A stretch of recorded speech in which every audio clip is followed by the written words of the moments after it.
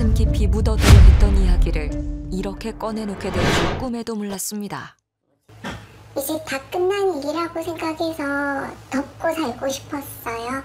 뭐 사람들한테 소문내고 이런 거는 안 했던 게 얘기하는 것도 힘든 일이기도 하고 그랬는데 이제 결과가 이렇게까지 되고 보니까 아무것도 안 해서 그런가? 지난 5월 한 인터넷 커뮤니티에 도움을 청하는 글을 올린 미현 씨. 그녀의 사연을 접한 모두가 한마음 한뜻으로 분노했습니다. 얼굴 한번 본 적 없는 여자가 5년째 미현 씨의 발목을 잡고 있다고 합니다. 18년도 말 시작된 소송을 제기한 사람은 바로 미현 씨입니다. 13년도에 결혼하고 이제 아이도 낳고 이렇게 살았는데 어느 순간이 되면 담배 피러 나가면 안 들어와요. 30분, 40분, 뭐 길면 1시간, 며칠 있다가 이렇게 보면 통화 목록이 싹 다 삭제가 되어 있는 거예요. 중간중간에 한 번씩 이상하다 이런 일들은 있었지만 말할 때 너무 잘하니까 그냥 참고 요 시기만 넘겨보자는 것도 있었어요. 그랬는데 약간씩 뭔가 도가 지나친 느낌? 2015년에 저희 큰애랑 남편이랑 저랑 괌으로 여행을 갔었는데 자꾸 끊기는 전화가 와요. 남편은 자고 있고 처음엔 안 받았는데 계속 오길래 제가 여보세요 하면 잠깐 목소리를 듣다가 끊고 또 오고 이상한 기분이 들어 집으로 돌아온 뒤 직접 확인을 했다고 합니다. 그 여자 전화번호인 거예요. 뭐 남편 번호로 전화를 걸었더니 받더라고요. 왜 밤마다 전화를 했냐. 내가 건 게 아니라 우리 남편이 건 것 같다. 남편을 왜 걸었냐 하니까 그때 이제 얘기한 게 씨하고 나하고의 사이를 의심해서 그런 것 같다. 같은 회사 직장 동료 사이였다는 미현 씨의 남편과 그 여자. 둘 다 결혼한 상태에서 그들만의 사적인 연락은 계속됐는데 남편의 휴대전화 통화 기록을 보니 여자 쪽에서 걸어온 연락이 대부분이었다고 합니다. 둘째가 태어난 후부터 남편은 대놓고 가정을 등한시했습니다. 상황을 옆에서 지켜본 미현 씨의 친구를 만나봤습니다. 남편이 매년 1회 이상씩 장기 가출을 했었어요. 그게 뭐 1, 2주 이게 아니고 몇 달도 있고 저 같으면 그냥 가서 머리끄댕이를 잡아 당기든지 뭐 이렇게 좀 했으면 좋겠는데 뭐든 찾아라. 이게 나중에 문제가 되더라도 증거가 있어야 되니까 좀 찾아봐라. 뭐 친구랑 놀고 주변은 다 알았던 것 같아요. 제 친구를 만나기 전에 둘이 사귀었던 관계였고 네? 알고 보니 그 둘은 7년간 연인 관계였고 헤어진 뒤 지금의 배우자들을 만나 결혼했다는 겁니다. 예전의 연인이었죠. 결국 둘 사이를 의심한 미현 씨는 불륜에 대한 증거를 모으기 시작했습니다. 통화 녹음에 보면 상간녀가 나이가 더 많거든요. 근데 오빠야 뭐 이렇게 하고 자기야 이렇게도 하고 서로 말도 높이고 이렇게 하면서 그것만 해도 이미 아선을 넘었구나. 가슴도 쿵당쿵당 뛰고 하는데 그런데 거기서 끝이 아니었습니다. 우리 집에 와 자고 가 이렇게 하는 것도 녹음이 관계 가진 이야기 후일담을 나누는 게 있어요. 방 구하러 가고 진짜 숨을 못 쉬겠는 거예요. 그래서 그때 이제 병원 가서 잠을 자게 해달라고 처음 병원을 갔고 사실은 녹음 파일이 만족 안 들었어요. 저도 살아야 되니까요. 더 찾으면 제가 죽을 것 같아서 거기서 이제 스톱했던 거는 있었어요. 너무 한계에 와서 내가 죽거나 이혼하거나 둘 중에 한 개라면 죽는 것보다 이혼을 해야지. 남편이 가출한 상태에서 2018년 이혼 소송과 상간녀 소송을 동시에 진행한 미연 씨. 그런데 이혼 및 상간녀 소송 첫 신문 기일이었던 2019년 2월 27일 무슨 이유에서인지 남편은 법정에 나타나지 않았습니다. 그로부터 10일 뒤 미현 씨는 한 통의 전화를 받았습니다. 3월 10일에 본가에서 전화가 왔더라고. 너 죽었다. 이게 무슨 일이지? 정확하게 언제 그렇게 됐는지도 남편의 그 가족들도 모른다고. 이게 언니가 그냥 상주가 돼가지고 장례식을 치르게 됐죠. 겨우 2살, 5살이던 아이들도 하루아침에 아빠를 잃었습니다. 어떻게 살았나? 사실 기억이 잘 안 나요. 그냥 집에서 밥을 먹이고 애들 맞춰주고 엄마가 니 그렇게 애들만 그러면 나중에 어떡하려고 그러는데 내가 애들 빼고 볼 게 없다고. 한순간 세상에 자신과 어린 아이들만 덩그러니 남겨진 기분이었다는 미현 씨. 그렇게 남편과의 관계는 이혼이 아닌 사별로 남게 됐습니다. 미현 씨가 상간녀로 지목한 이 씨는 모든 걸 부인했습니다. 처음에 소송 들어갔을 때는 절대 그런 관계가 아니라고 했거든요. 그 다음에는 이제 그냥 친한 동료 사이다라고 했고, 자신을 의심하는 것에 대한 불쾌한 심정을 문자로 보내오기도 했습니다. 그러나 재판부는 2021년 7월 미현 씨의 손을 들어줬습니다. 판결문에 따르면 두 사람의 부정행위는 통화 시간과 내용, 회사 상사로부터 품행 유지에 대해 경고받은 부분을 통해 확인할 수 있고 이 기간이 약 1년 넘게 이어져 왔다고 적혀 있습니다. 결국 재판부는 이 씨에게 위자료 2천만 원을 지급하라는 판결을 내렸습니다. 무려 3년이 걸린 재판. 이제 그 악몽에서 깨어날 줄 알았습니다. 집으로 법원 등기가 송달이 됐어요. 이제 나한테 올 게 없는데 다 끝났는데 지방법원이네. 악연은 그 여자뿐인데 생각하고 딱 열었더니 구상권 청구 소송장이 들어와 있는 거예요. 구상권? 상간녀 위자료 소송 재판의 결과로 미현 씨에게 준 위자료 중 일부를 돌려달라는 구상권 청구 소송을 걸어온 겁니다. 게다가 작년 4월 이 돈을 이 씨에게 주라는 판결이 났습니다. 구상권 청구란 타인의 빚을 대신해서 갚은 사람이 이후에 채무자에게 상환을 요구하는 것을 말합니다. 분류는 함께 잘못한 것이니 본인이 먼저 낸 위자료 2천만 원 중 절반은 미현 씨의 남편의 몫이고 그걸 돌려달라는 겁니다. 구상권이라는 것을 그 남편한테 행사를 한 건데 하필 그 남편이 사망을 해버린 겁니다. 법리적으로 봤을 때 그 구조가 이제 망인의 이제 채권 채무는 기본적으로 이제 상속인들이 상속을 받다 보니까 이러한 이제 좀 아이러니한 상황이 벌어진 것으로 보입니다. 죽은 사람 건 지가 내라고 할 거라고는 상상도 못했거든요. 가해자가 피해자한테 돈을 달라는 그 손해배상을 하라는 게 있을 수 있는 일인가. 조금씩 평범한 삶을 찾아가고 있다고 생각했는데 살아생전 남편이 저지른 불륜에 대한 값을 상간녀에게 줘야 하는 기막힌 이야기의 주인공이 됐습니다. 깜짝 놀랐어요. 저도 물어봤어요. 제 아는 변호사분한테. 그럴 수 있다더라고요. 네. 근데 그렇게 안 한대요, 사람들이. 하죠, 잘 안 그건 하죠. 아닌가요? 네. 저는 이해가 안 돼요. 그뿐만이 아니었습니다. 이 씨는 미현 씨가 두 사람의 통화 내용을 몰래 녹음했다며 형사 고발을 했고 미현 씨는 집행유예 선고를 받았습니다.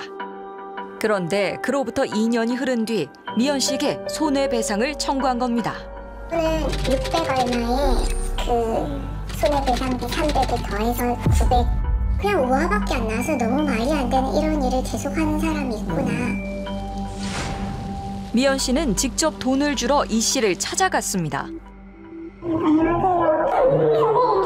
돈 주러 왔어요.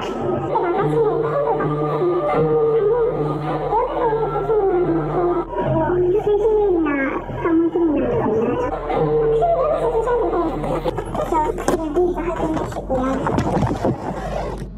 아무렇지 않게 직원들에게 미현 씨를 소개하더니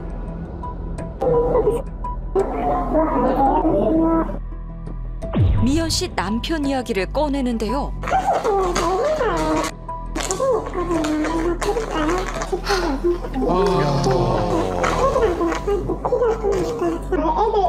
애들 입에 올리지 마세요. 다음에 만약에 그 일이 되면 저희는 그냥 성공을 주세요. 저도 제 통장에 이름 찍히는 게 싫더라고요. 갖다 주세요. 무슨 정신으로 이야. 집에 돌아왔는지조차 기억나지 않던 그때 입니다. 지금 11만 원이 모자라거든요. 혹시 주실 생각이 있으실런지 아니면 어떻게 하시는지 한번 여쭤보려고 전화를 직접 드렸어요. 저도 은행에서 찾아온 거랑 집에 있는 거랑 합해가지고 저도 한 3번 세서 돈뭉치를 만들었거든요. 아니면 차비하시고 애들 가서 사주세요. 끊을게요. 태어난 이 씨의 모습에 마음의 응어리는 더 커졌습니다. 그런데 아직 바닥이 아니었습니다. 판결이 구상권은 주되 상속 지분만큼 내라라고 나오는 걸 딱 받자마자 변호사님한테 전화했었어요. 변호사님, 이러면 저 여자는 우리 애들한테 또 걸 거다. 설마 그러겠습니까? 진짜 애들한테도 걸어온 거예요. 지난 5월 6살, 9살인 아이들에게도 각각 300만 원씩 이 씨에게 돈을 지급하란 판결이 났습니다. 그 아빠 잃은 아기새 같은 그 10살도 안 된 애들한테 돈을 내라고. 그래서 그거는 정말 참을 수가 없어서 이거를 애들을 건드린 거는 이제 계속 마음이 용서가 안 돼요. 5년째 덧나는 생채기에 몸도 마음도 만신창이가 됐습니다. 우리가 다시 미현 씨를 만난 곳은 한 카페였습니다. 생각하면 지는 불합리하다고 나한테 형사도 걸었고 이런 말도 안 되는 민사도 걸고 우리 애들한테도 다 걸었는데 나는 좋은 게 좋다고 그냥 있었으니까. 더 이상 두고 볼 수만은 없었습니다. 왜 이러시는데요? 원래 그 1600 되는 돈 뭐 애들 거 줄까 본인 거 줄까? 애들 구상권까지 내한테 뭐라 그러지 마요. 그거는 법적인 절차예요. 그리곤 황당한 말이 들려옵니다. 억울해 하지는 마세요. 동물에 싸워. 그렇게 좋잖아요. 나는 대기 불륜을 한 거지. 나는 대기 불륜한 거에 대해서 말하는 거예요. 확실하게 증거가 있으세요. 법정 판결문요. 그거보다 더 확실한 게 어디 있었어요. 야한 얘기하는 거 그거 하나. 그게 불륜이에요. 그럼 당신이 정말 행복했다는 증거 한번 가져와봐. 녹음 들으면서 목소 들으면서 생각 안 나더라. 얼마나 밝은지. 잠시만요. 네. 보기도 좀 그렇고 무슨 내용인지 잘 모르겠죠. 그래도 저희들도 직장을 다녔을 분들인데. 이 씨는 할 이야기가 많은 듯 보였습니다. 찾아오는 사람과 못하고 거절도 못했었어. 그건 내 잘못이 맞아. 내가 진짜 좋아했던 만나서 내 나름에서는 진짜 지켰어요. 신체적인 접촉이나 이런 거는 진짜 지켰어요. 어떻게 됐던지 있잖아요. 그냥 스토커를 됐잖아요. 아직 고민 안 됐다니까.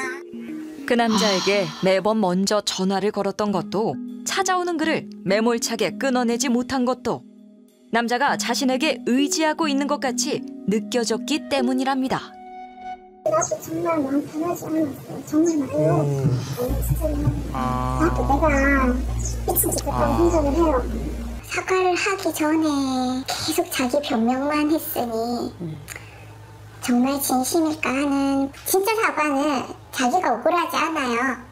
애들한테 건 거에 대해서 그거는 자기 권리라고 하는 와중에는 진짜 사과는 아니라고 생각돼서요. 우리는 어떻게 이런 상황까지 오게 됐는지 이 씨에게 직접 입장을 듣고 싶었습니다. 변호사가 이런 게 있다. 구상권 청구라는 게 있다. 근데 제가 그랬죠. 죽고 없는데 어떻게 받나요? 했더니 상속이 이루어지면 받을 수 있다라는 거예요. 권한이다. 변호사님이 또 얘기를 하셨어요. 애들 이름으로도 부담이 나눠진다. 왜냐면 자신의 권리를 지키고자 변호사의 말에 전부 따랐다는 겁니다. 저도 억울한 부분이 없지 않기 때문에 받아서 저도 대출금도 해야 되거든요. 저도 갑자기 돈이 없으니 빚을 내서 싸워야 되는 입장이었기 때문에 그때는 저는 죽고 죽고 저도 받을 거 받을게요. 저는 했던 건데 애들 이름으로 건 걸로 굉장히 화를 내시더라고요. 그때는 대화를 서로 할 수 있는 상황이 아니기 때문에 그럼 그냥 그렇게 해주세요라고 한 거예요. 부정행위에 대해서는 어떤 입장일까? 남들이 상황을 모르고 들으면 이상한 얘기인데 그렇게 해서 못 나간 거예요. 저희와 정식으로 인터뷰도 혹시 가능하신 건가요? 저도 생각할 틈이 좀 필요하고요. 며칠간 이 씨의 연락을 기다렸지만 그녀를 만날 수는 없었습니다. 이후에도 연락은 없었다고 합니다. 미연 씨는 얼마 전 아이들 판결금까지 이 씨에게 다 지급했습니다. 아이들이 훗날 알게 되는 걸 원치 않았기 때문입니다. 지금까지 버텨올 수 있었던 건 내 탓이 아니라 말해준 사람들 때문이었습니다. 1인실 갔다 왔거든요. 얘기하지.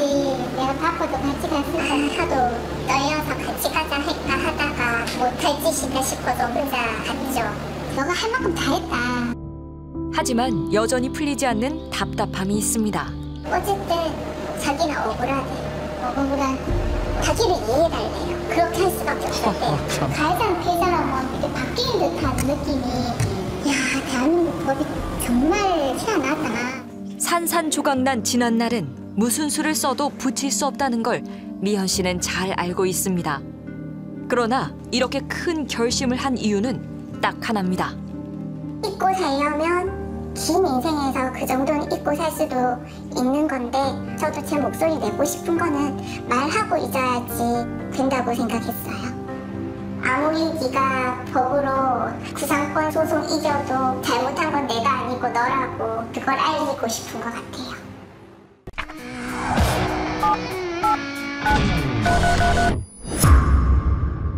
결혼과 출산 후 행복한 날들을 보냈다는 하나 씨. 그런데 결혼 1년 만에 남편에게서 충격적인 소식을 들었습니다. 자기가 뭐 소송이 걸렸는데 뭐 변호사 비용도 뭐 못 구해서 뭐 서로 미루고 있다. 사채업자한테 쫓겨서 집에 못 가고 있다. 남편의 사업이 파산할 위기라는 겁니다. 남편이 자산 운용 사업을 한다고 합니다. 사채업자 감시를 하고 있다고요? 네. 오늘 하면은 계약이 될 것 같은데 그러면 이행 보증금을 그동안 내가 지금 턱없이 모자라가지고 이거 안 내고 쏘고 엄청나게 들어올 거야. 어떻게든 좀 모아서 좀 주면 안 될까? 그냥 주고 다 주고 알았지? 너도 좀 집에 좀 가자. 힘들어 죽겠다. 이게 뭐 참.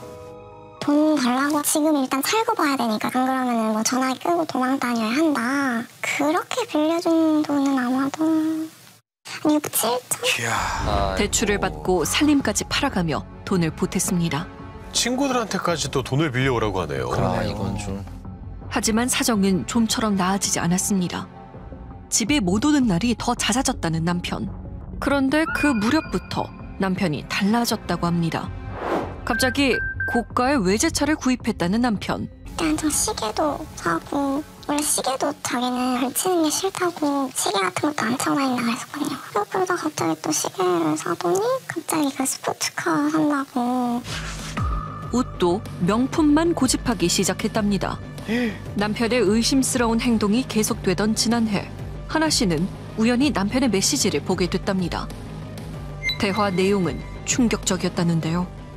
뭐 술집 여자들 돈 보내준 내역이나 오빠 용돈 좀 뭐 이런 거 있잖아요. 그런 거 이체했다. 아니면 뭐 마담한테 오늘 썼던 술집 기록 내역들 보내주면서 이 정도 술값 나왔다. 일주일에도 몇 번씩 술자리를 가졌다는 남편. 하루에 술값 1,000만 원을 쓰는 날도 잦았습니다. 뿐만 아닙니다. 하나 씨 몰래 유흥업소 직원들과 파티까지 즐겼다는데요. 박 씨가 단골이었다는 유흥업소들. 출입도 쉽지 않은 곳이었습니다. 이럴 때는 하루에 얼마 정도 있어야 돼요? 그냥 마감이 있어요. 그렇지 않으면 멤버십으로 이런 데니까 운영을 잡을 수가 없어요. 마감을 아셔야지만 연결을 아무나 갈 수 없다 이 말이잖아요. 그렇네요. 얼마 정도 있어야 돼요? 네 분이면 아 너무 마음이 아팠죠. 충격적이고 최근까지는 이제 생활비나 월세 이런 거를 제가 또 대출을 끌어서 제가 메꿔가지고 그게 쌓여서 제가 신용불량이 되었거든요. 게다가 아이가 태어난 지 1년이 넘도록 출생신고는커녕 혼인신고조차 계속 미뤘다는 남편 박 씨. 내가 너랑 혼인신고하고 애기 출생신고하면은 사채업자가 등초본 다 떼서 저랑 아기 신상이랑 뭐 주소 이런 거 다 알게 되고 집으로 찾아가고 뭐 협박하고 그럴 텐데 가족한테 그러고 싶지 않다. 그런 일이 벌어지게 하고 싶지 않다. 그건 어떡할 거야. 혼인신고 어떻게 했냐고. 지금 너무 힘들어. 출생신고도 해야 된단 말이야. 근데 주사도 맞아야 되고 그랬잖아요. 그렇죠. 혼인신고 신청해야 되고 할 게 얼마나 많은지 알아? 아니 알았어. 지금 상황이 안 좋아. 지금 엄청나게 심각하고 나한테 그 압류나 이런 거 엄청나게 들어올 수도 있어. 그래서 좀 장난이 아니라고. 아들을 혼외자로 키우고 싶지 않아 남편 박 씨가 마음을 다잡길 기다렸다는 하나 씨. 하지만 일말의 기대도 처참히 무너져 내렸다는데요.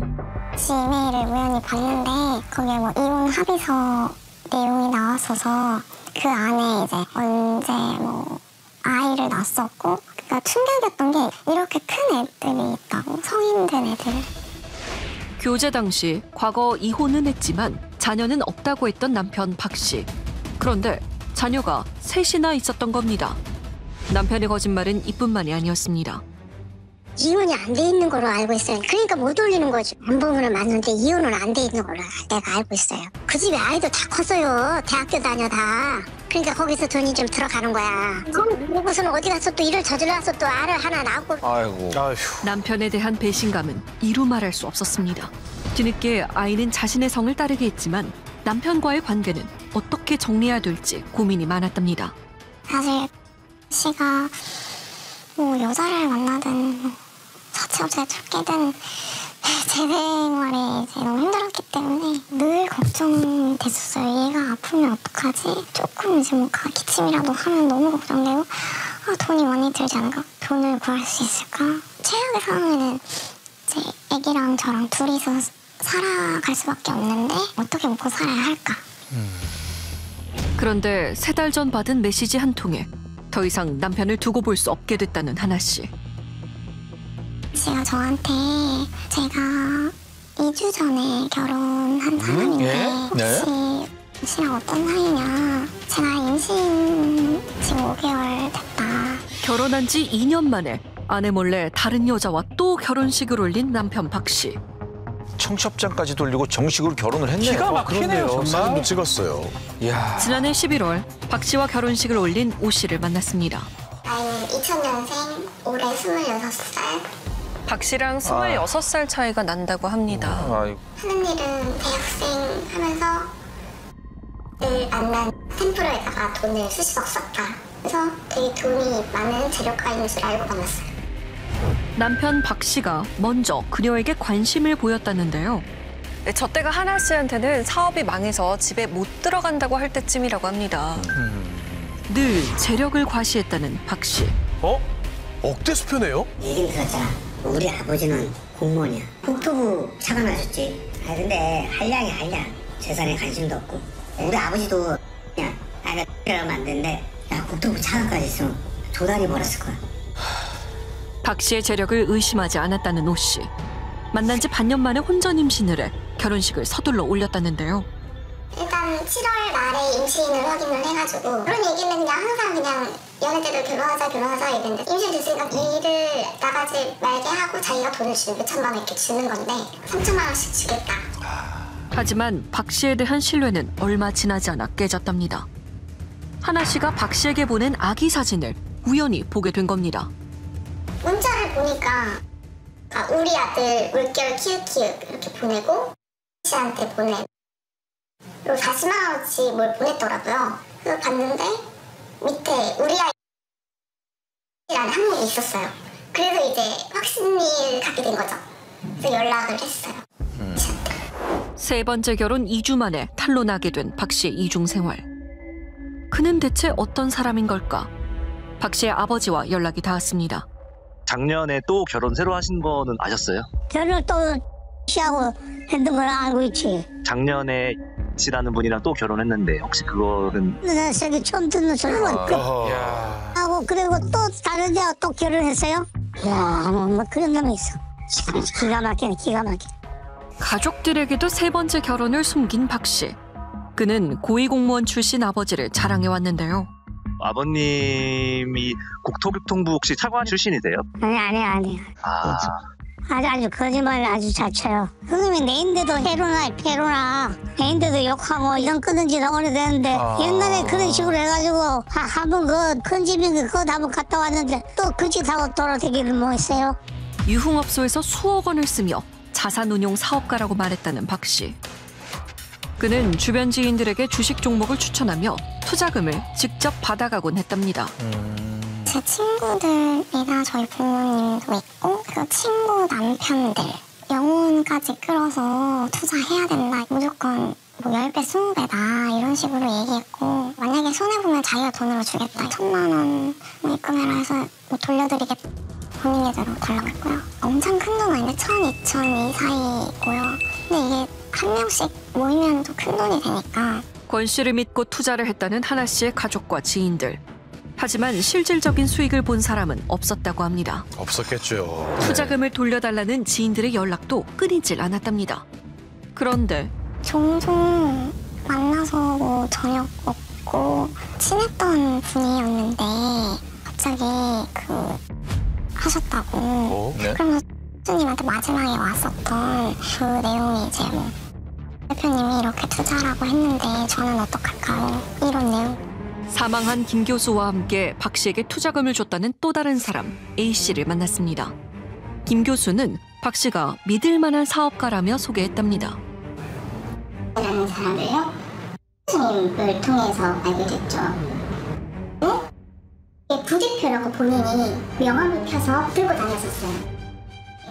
일하는 회사의 비상장 주식을 대표를 처음 알게 되면서 거래를 했던 것 같아요. 말씀은 최소 5배? 그게 10배까지 된다. 3천만 원을 거래를 했고 이내 얼마 안 돼서 대표가 좀 더 하실래요? 조금 더 있습니다. 하실 수 있어요. 주식을 양도받는 조건으로 5천만 원을 박 씨에게 입금했다는 김 교수와 A 씨. 그런데 박 씨는 본인의 계좌가 아닌 다른 사람 명의의 계좌로 돈을 받았답니다. 이후 박 씨는 김 교수에게만 따로 좋은 투자처를 여러 곳 알려줬다는데요. 총 3억 7천만 원을 투자했다는 김 교수. 하지만 돌아온 수익은 없었답니다. 뭔가 이상하다라는 느낌은 저도 사실은 받았습니다. 뭐 이렇게 투자를 권유한다든지 그리고 된다 그랬다 뭐 이렇게 해서 안 되고 저렇게 해서 안 되고 이래 계속 안 된다니까 뭐 이상해. 일 때문에 힘들어하셨습니다. 돈 때문에 힘들다는 것을 이 친한 저희들에게는 굉장히 많이 내비치셨거든요. 투자 이후 경제적인 압박을 받았다는 김 교수. 박 씨에게 호소한 다음 날 심장마비로 사망하고 말았습니다. 아이고. A 씨는 김 교수 사망 이후 주식 양도권에 대해 박 씨가 부대표로 있다던 회사에 직접 문의했답니다. 그런데 이 주식을 매도한 적이 없는 걸로 알고 있다. 그리고 개인 사업에서 법인 사업으로 변환이 됐고 상장을 할 정도의 규모에는 회사가 아니다라는 주식 양도 양수계약 그거를 보여줬더니 이런 것들을 또 자기들은 모른다. 돌아가신 분도 이 사실을 모르고 거액을 투자했던 것 같습니다. 또한 박 씨는 H회사의 소속 임원도 아니었다는데요. 대체 그는 돈을 받아 어디에 투자한 걸까? 피해자는 곧장 박 씨에게 따져 물어봤답니다.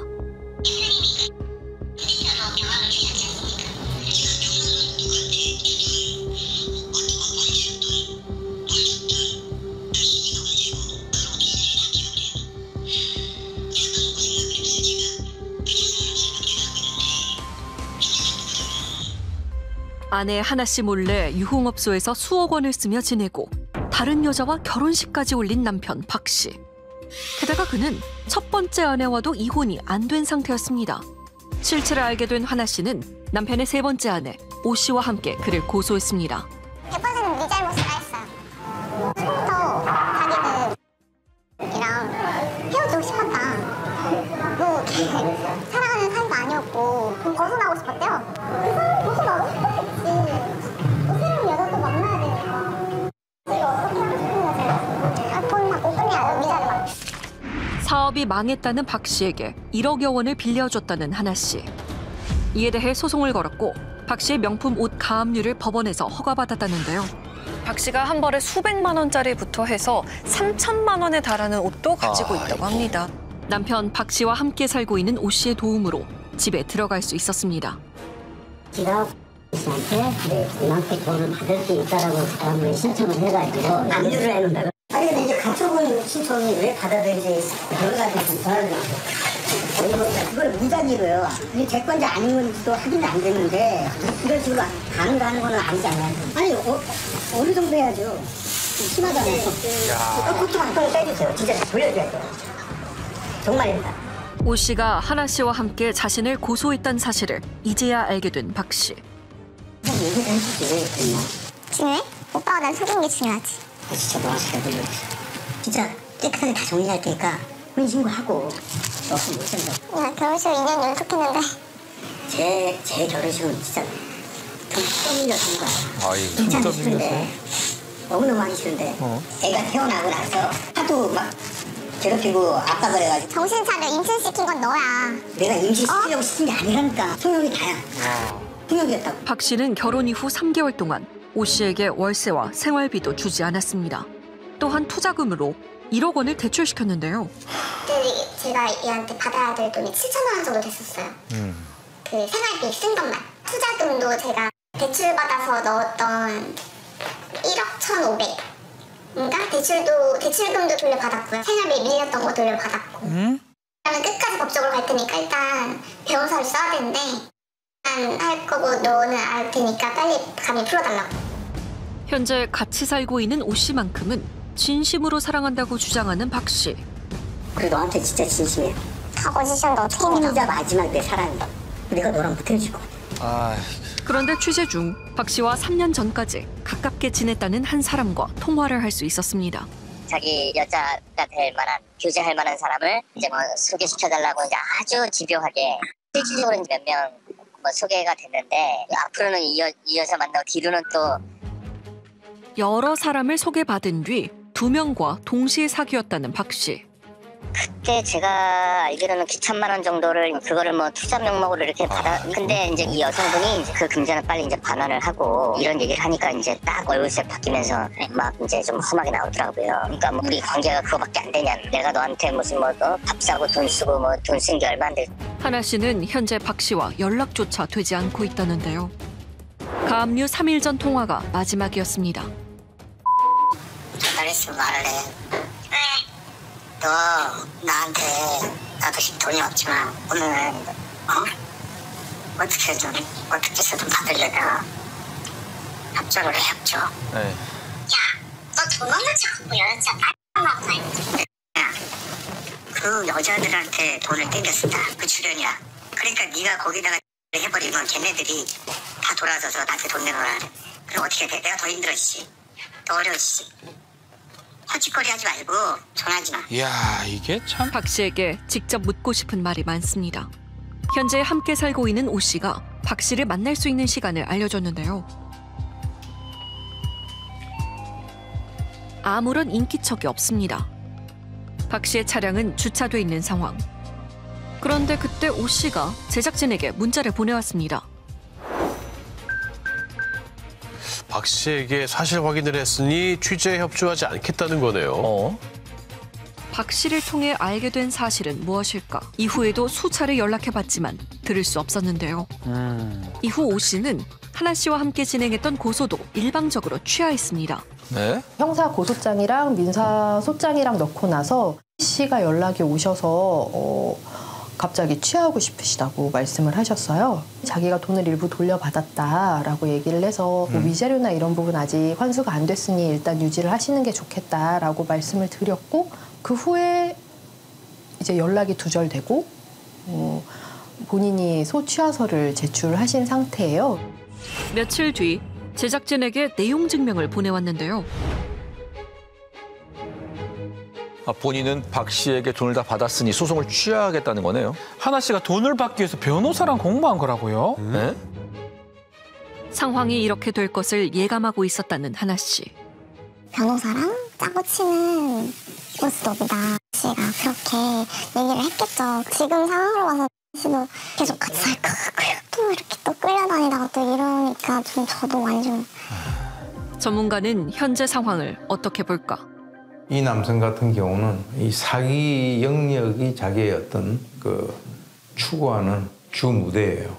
굉장히 현란한 말솜씨로 상대를 완전히 그 어떻게 보면은 자기 편으로 끌어들이고 거기에다가 또 다른 결혼 사기를 하는 데 있어서 이 사람들을 또 이용을 하는 거예요.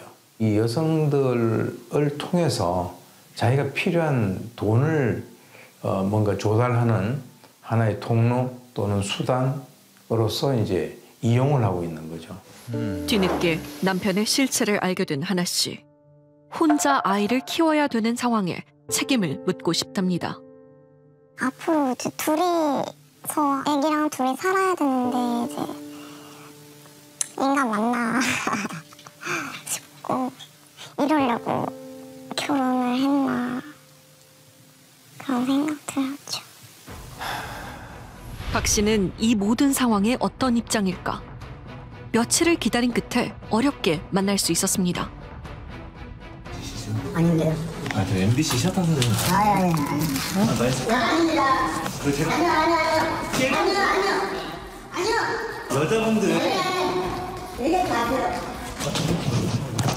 그 말씀 하시죠. 왜 여자분들 속이시고 결혼하시고 걸쳐 있으신데 막 여자분들 많이 만나시고 여자들 그거하시잖아요. 그 말씀 해주시죠.